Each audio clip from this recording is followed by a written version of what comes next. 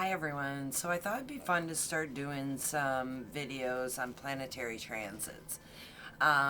Basically, when one planet's leaving one sign and going into another sign. Because those can usually equal like a change in the energy or dynamics in relationships and kind of help give you as a guidepost, so you can recognize the energies and know how to handle them, how to institute them for like the most beneficial way.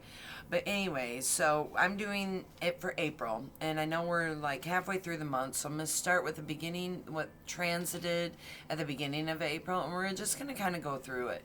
The very first thing that happened was on the 3rd of April, and that Venus entered Gemini. And Venus is a planet of like sentiments and what we value and what makes us happy, um, you know.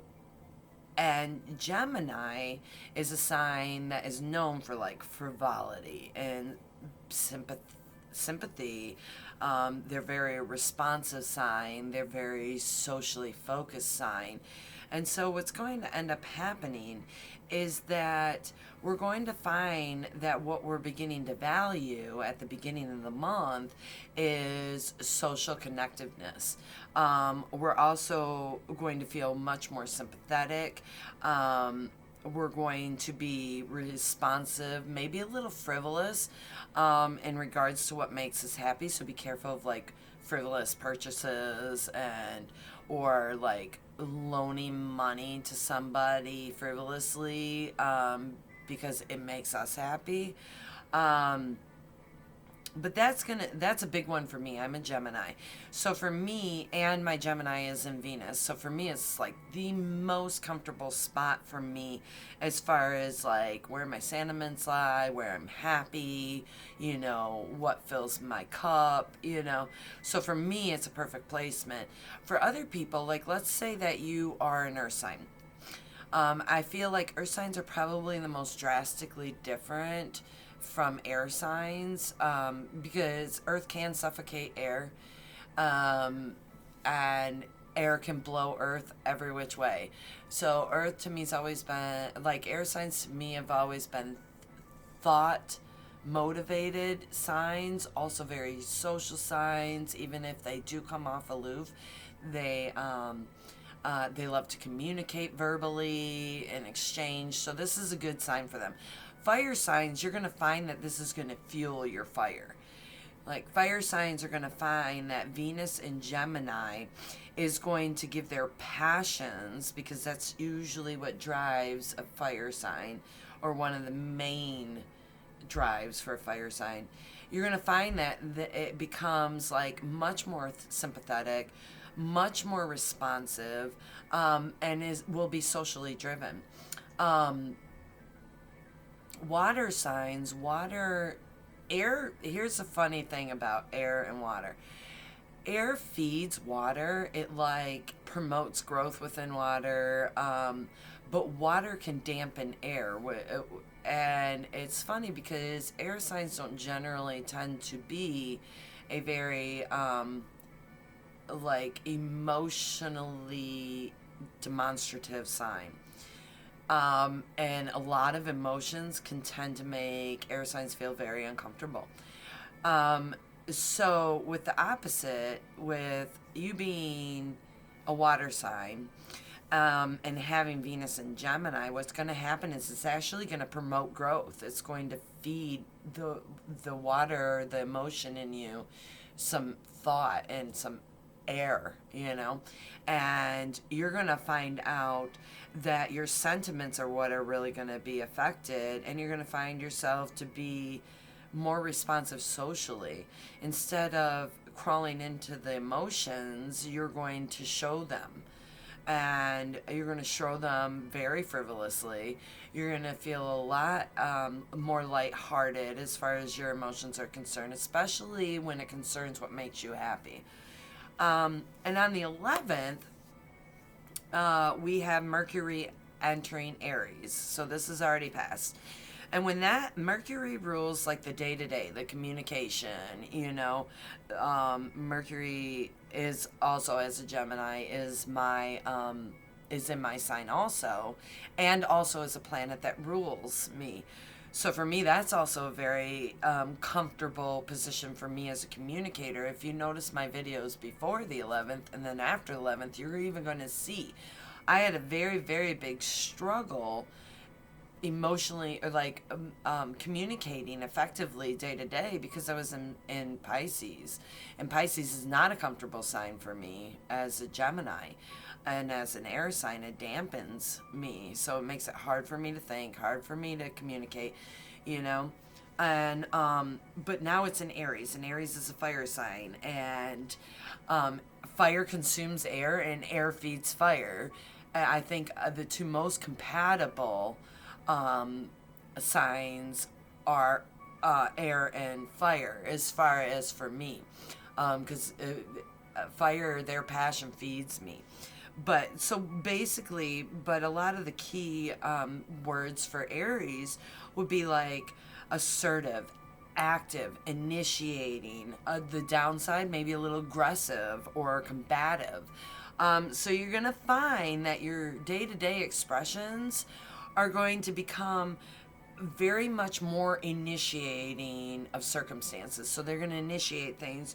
You're going to find yourself much more assertive in it. You may even be aggressive or combative. But I feel like Mercury does really well in this because communication, communication becomes very much more to the point. And it initiates things and begins things. Now, on the 19th, we have the Sun entering Taurus. For all those born in the Taurus sign, happy birthday on the 19th. And the Sun is basically like what we show the world, like how we act. And being in Taurus, Taurus is very much a comfort sign. So they're grounded in comfort, they're grounded in material possessions and good food. They are they persevere, you know. So basically what you're going to see is that you're going to see a lot more conservation and perseverance. You're going to have a lot less flexibility around as far as what people are showing you. And you might even run into possessiveness. But what you really need to focus on when Sun goes into Taurus on the 19th is getting out in nature, acquiring material goods, rearranging your house for comfort, settling into your home environment and being happy there. And that will last until, you know, of course, Gemini step into the light, which will be at the end of May. And so we'll be dealing with this, these energies from the Sun in Taurus until then.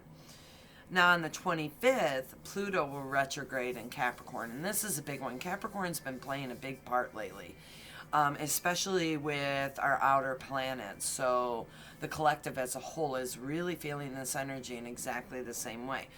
But what's going to happen when Pluto retrogrades into Capricorn is that we're going to start seeing a conflict between the ways we've been doing things and how to implement new ways of doing things. And it surrounds bringing the individual or the collective, you know, closer to their true purpose or true way of being. So now this retrograde's going to last for a little bit of time, and then it's going to go back into Aquarius and back into Capricorn. So it's going to flip back and forth. But Pluto being in Capricorn is going to be hard because Capricorn is the earth sign, so it's very stable and grounded and likes routine, likes to do the same things. And because of that, it's going to go against the grain to try and implement new things, which Pluto is asking you to do in retrograde. So when retrograde happens, it's when a planet in the night sky appears to be going backwards.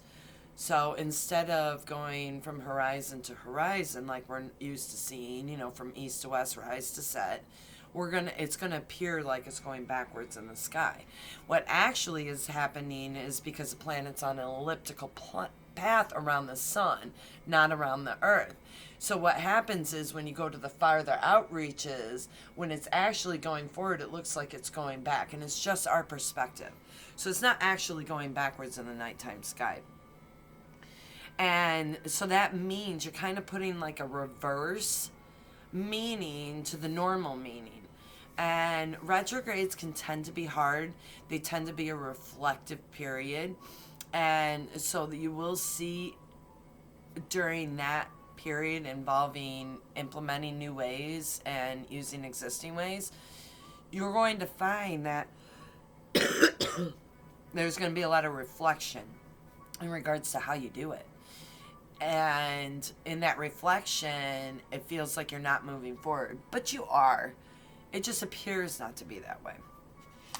Now, on the 27th of April, we have Mercury entering Taurus.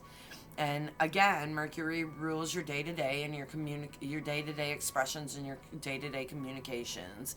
And Taurus is known for being dependable and stable, down to earth, maybe a little stubborn.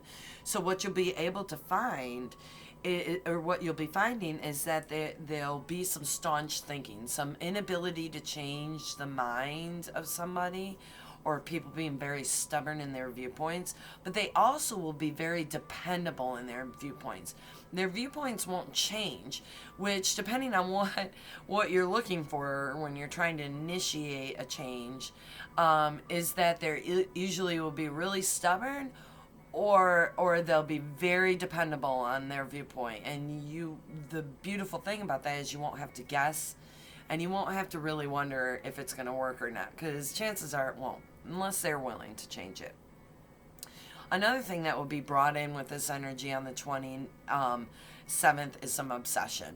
This Mercury in Taurus, one of the downfalls of it is you can become stubborn and obsessive in your ways of thinking about things and your viewpoint on them. Mercury is a sign of thought and communication. So it doesn't just affect how you communicate, it also affects your thought patterns.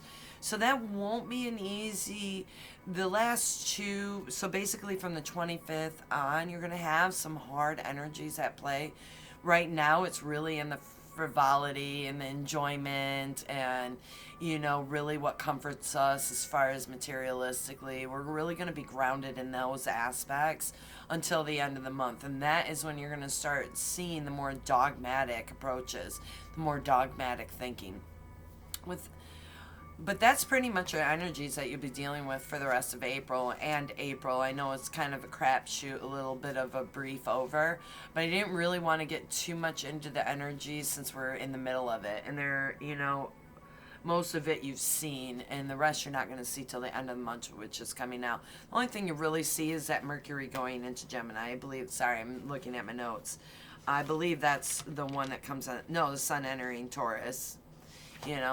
That always gives a very different change from Pisces. Pisces is a dreamer, and Taurus is a little bit more the stable homemaker. So that is a very drastic difference in energies, and you guys will probably be feeling that in the next, if you're not feeling it already, you will be feeling it in the next couple days.